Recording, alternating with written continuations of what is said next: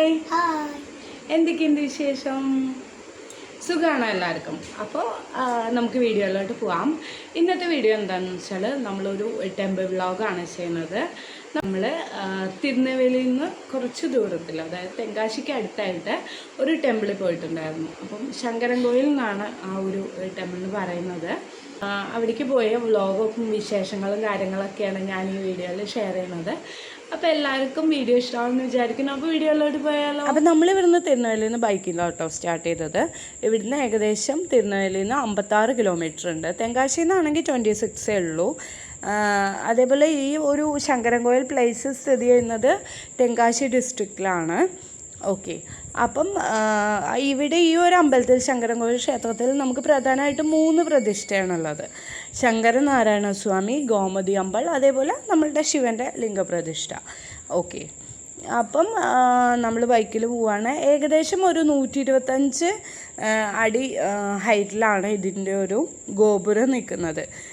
10th സെഞ്ച്വറിയിൽ ഉഗ്രപാണ്ഡ്യൻ എന്ന് പറഞ്ഞിട്ടുള്ള ഒരു രാജാവാണ് ആക്ച്വലി ഇത് ബിൽറ്റ് ചെയ്തിട്ടുള്ളത്.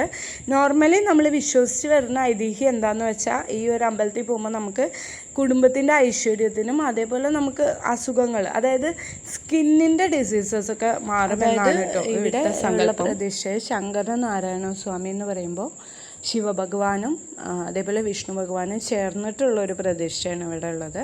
അതായത് പാതിമുഖം ശിവനും അതേപോലെ പാതിമുഖം വന്നിട്ട് വിഷ്ണുവാണ്. ആക്ച്വലി കാണാൻ നല്ലൊരു എക്സ്പീരിയൻസ് ആയിരുന്നു കേട്ടോ എനിക്ക്. പിന്നെ അവിടെ ഒരു രംഗനാഥൻ്റെ ഒരു ശിലയുണ്ടായിരുന്നു. എനിക്ക് ഈ മഹാവിഷ്ണുവിൻ്റെ ശില കാണുന്നത് മെൻ്റലി ഭയങ്കര ഹാപ്പിനെസ് തരുന്ന കാര്യമാണ്. അതുകൊണ്ട് തന്നെ ഞാനവിടെ എത്ര നേരം നിന്നും അറിയില്ല. അവർ പോവാൻ പറയണവരെ നിന്നും.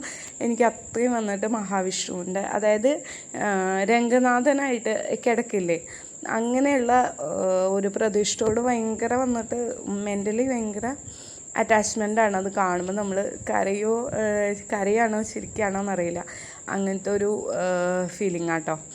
അപ്പം ഞാൻ എന്തായാലും അവിടെ കുറേ നേരം നിന്നു. അപ്പോൾ എനിക്ക് സന്തോഷമായിരുന്നു കേട്ടോ. എന്തായാലും ഇതൊക്കെ കാണാൻ വേണ്ടിയിട്ട് ഭയങ്കര സന്തോഷമായിരുന്നു. അതേപോലെ അവിടെ ചെറിയൊരു ആനക്കുട്ടി ഉണ്ടായിരുന്നു, അതിനെയും ഞാൻ കണ്ടു. അതോട് കാണാൻ നല്ല ഭംഗിയായിരുന്നു അതിന്. അതേപോലെ തന്നെ ഞാനിവിടെ ഈ ശങ്കരനാരായണ സ്വാമി എന്നുള്ള പ്രതിഷ്ഠ ഞാനെവിടെയും കണ്ടിട്ടില്ല. ഞാൻ പേഴ്സണലായിട്ട് എവിടെയും അനുഭവിച്ചിട്ടില്ല ആ ഒരു പ്രതിഷ്ഠ എന്ന് പറയുന്നത്. പക്ഷേ നമ്മൾ കേരളത്തിൽ ഒറ്റപ്പാലത്ത് ഉണ്ടെന്ന് കേൾക്കണു.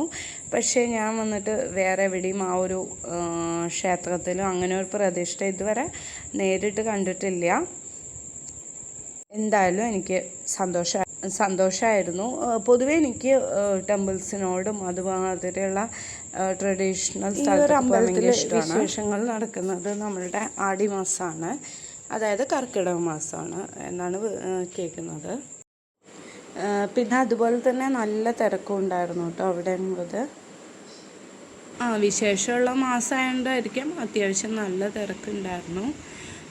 ഏകദേശം ഒരു 1000 വർഷം പഴക്കമുള്ള ഒരു അമ്പലമാണ് കേട്ടോ. നിറയെ കൊത്തുപണികളും നമ്മൾ കണ്ട് തന്നെ എക്സ്പീരിയൻസ് ചെയ്യണം. നമ്മൾ എത്ര വീഡിയോയിൽ കണ്ടു എന്ന് പറഞ്ഞാൽ നമ്മൾ നേരിട്ട് കാണുന്ന എക്സ്പീരിയൻസ് വേറെ അല്ലേ. അപ്പം ഇതിൻ്റെ കൽപ്പണിയൊക്കെ ഭയങ്കരമായിട്ടും ഉള്ള ഒരു അമ്പലമാണ് കേട്ടോ.